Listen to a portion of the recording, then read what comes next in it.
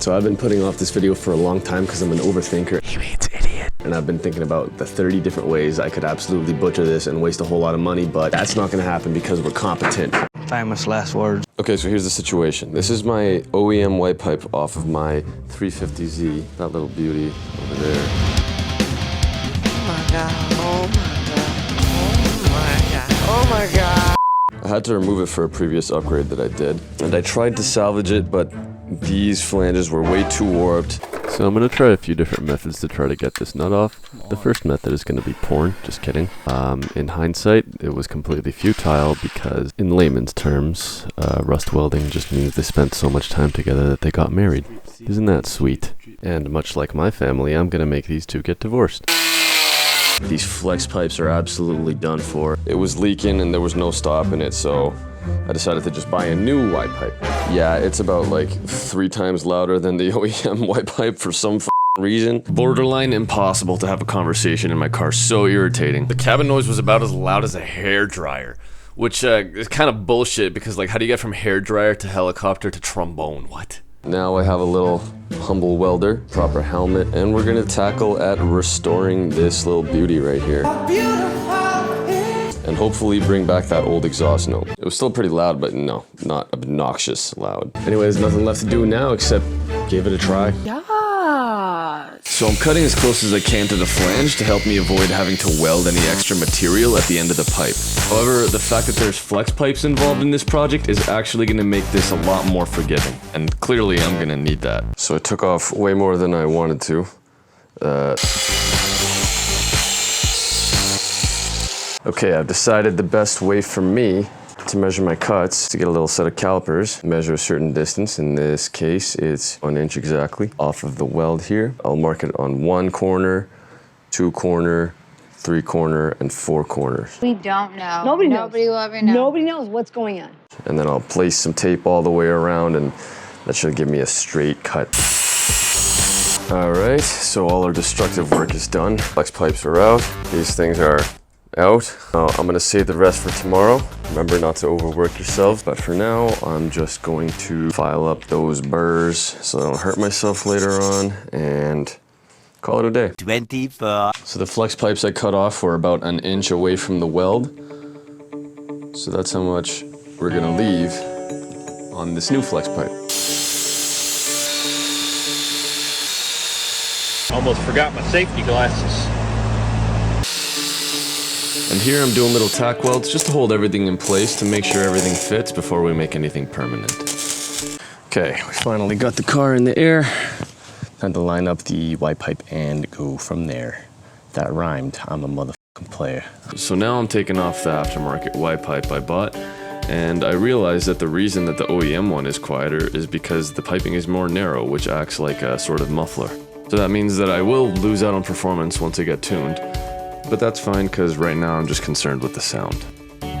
So now I'm just lining everything up, making sure everything fits, and marking off any trimming I might need to do with Sharpie. I'm literally eyeballing it. Do not follow my lead.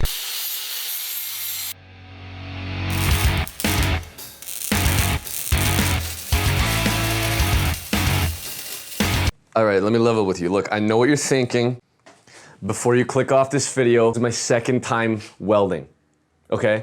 Give me a break. This one here is actually not bad. I'm proud of this one. This one looks good. You gotta admit, for like my 2nd, 3rd time welding, this is not bad of a beat. It was tough at first because, you know, the pipe was melting. I didn't quite know how to fuse them well together. I just needed to take it slower, like 1 little dime at a time, and that seemed to work the best out of anything. Because otherwise the pipe was just soaking up too much heat despite the low settings on the welder, so this is the best I could do, boys. Right there. Well, I'm out, guys. But this is not the final product. We gotta do some finishing on this puppy. Okay, we're gonna sand it, get all the rust off. We're gonna paint it, make it look real nice, real fresh, all right? I got a bunch of different attachments here for the angle grinder. We got some, whatever the this is. We got a thicker version of whatever the that is. We got a cup version of whatever the that is. And we got a couple of wire brushes here, see what works best. Probably gonna use these to take all the little beads off there.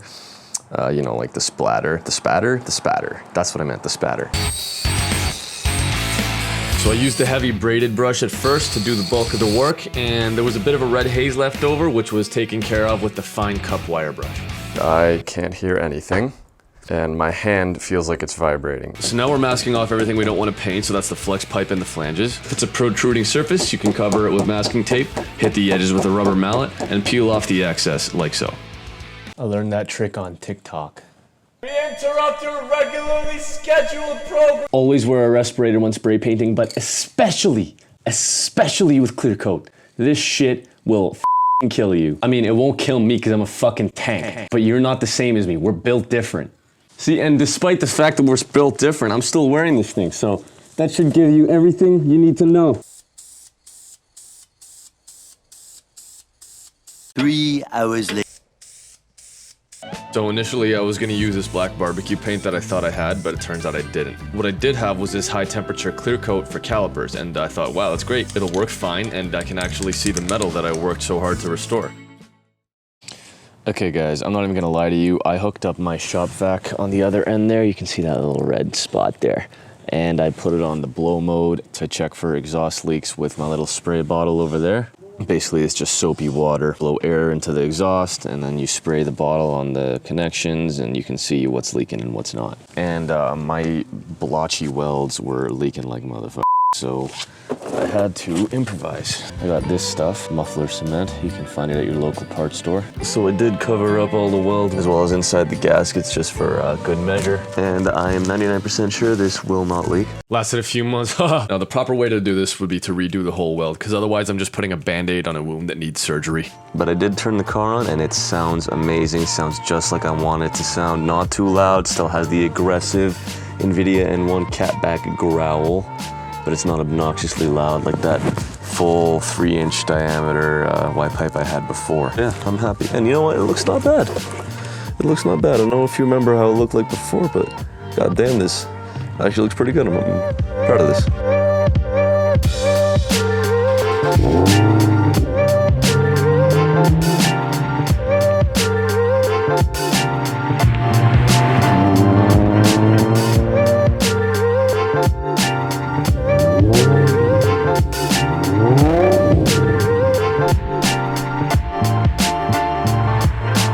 As you might be able to see from my shaky and poorly aimed footage, we actually were able to decrease the volume by an average of 10 decibels while driving normally.